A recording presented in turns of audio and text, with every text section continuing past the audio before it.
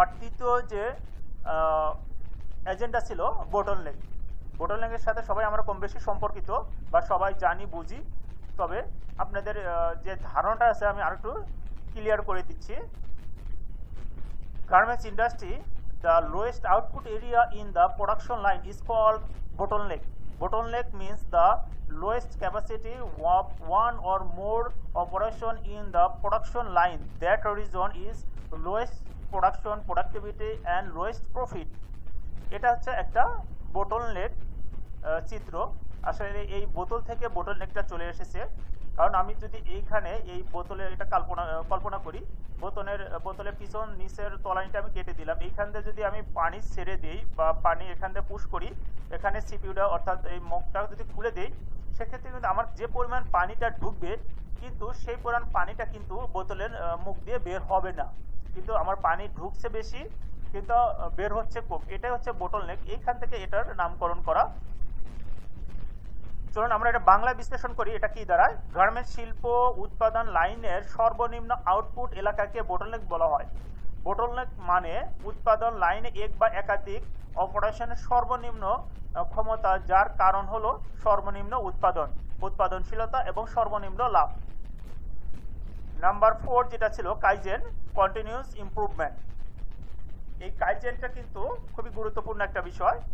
কাই means, এখানে দেখুন লেখা আছে kai means change, change means better, kaizen is change for better, kaizen focused improvement on quality, cost and delivery. Kaizen is about continued improvement of people, process, procedure and any others factor that affect quality, cost and delivery. Kaizen involves setting standard and then continually improving those standards. আমি যদি এটা বাংলা বিশ্লেষণ করি তাহলে এর মানে কি দাঁড়ায়? কাই মানে পরিবর্তন, জেন মানে বেটার। কাইজেন হলো কাইজেন ভালোর জন্য পরিবর্তন। কাইজেন গুণমান, খরচ, ডেলিভারির উপর উন্নতির উপর দৃষ্টি নিবন্ধন করে। কাইজেন হলো মানুষের ক্রমাগত উন্নতি, প্রক্রিয়া, পদ্ধতি এবং অন্য যে কোনো বিষয় বা গুণমান, খরচ এবং বিতরণকে প্রভাবিত করে। কাইজেন মান নির্ধারণ এবং তার পর ক্রমাগত সেই মান উন্নতি করায় জড়িত। কাইজেন সম্পর্কে আশা করি আপনারা বুঝতে পেরেছেন। আমার পঞ্চম যেটা ছিল গ্যাম্বা, দ্য অ্যাকচুয়াল প্লেস। যদি এটা ইংলিশে আমি একটা আলোচনা করে নেই, গ্যাম্বা বা জ্ঞান বা is a Japanese term which means the actual place. This actual place refer production flow in Toyota production system concept.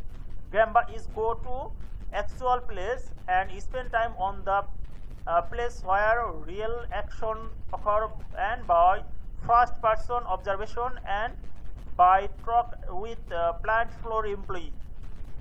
যদি এটা বাংলা বিশ্লেষণ করা হয় তাহলে কি দ্বারা আমি সেটা একটু আলোচনা করি। গ্যাম্বা বা জ্ঞানবা একটি জাপানি শব্দ যার অর্থ প্রকৃতি, স্থান। এই প্রকৃতি জায়গাটি টয়োটা প্রোডাকশন সিস্টেমের ধারণা উৎপাদন ফ্লোরের নির্দেশনা করে। গ্যাম্বা হলো আসল জায়গায় যাওয়া, সেই জায়গায় সময় কাটানোর, সেখানে সত্যিকারের ক্রিয়া কি ঘটেছে এবং প্রথম ব্যক্তি পর্যবেক্ষণের মাধ্যমে এবং প্ল্যান্ট ফ্লোরের কর্মীদের সাথে কথা বলা। এটা হচ্ছে গ্যাম্বা।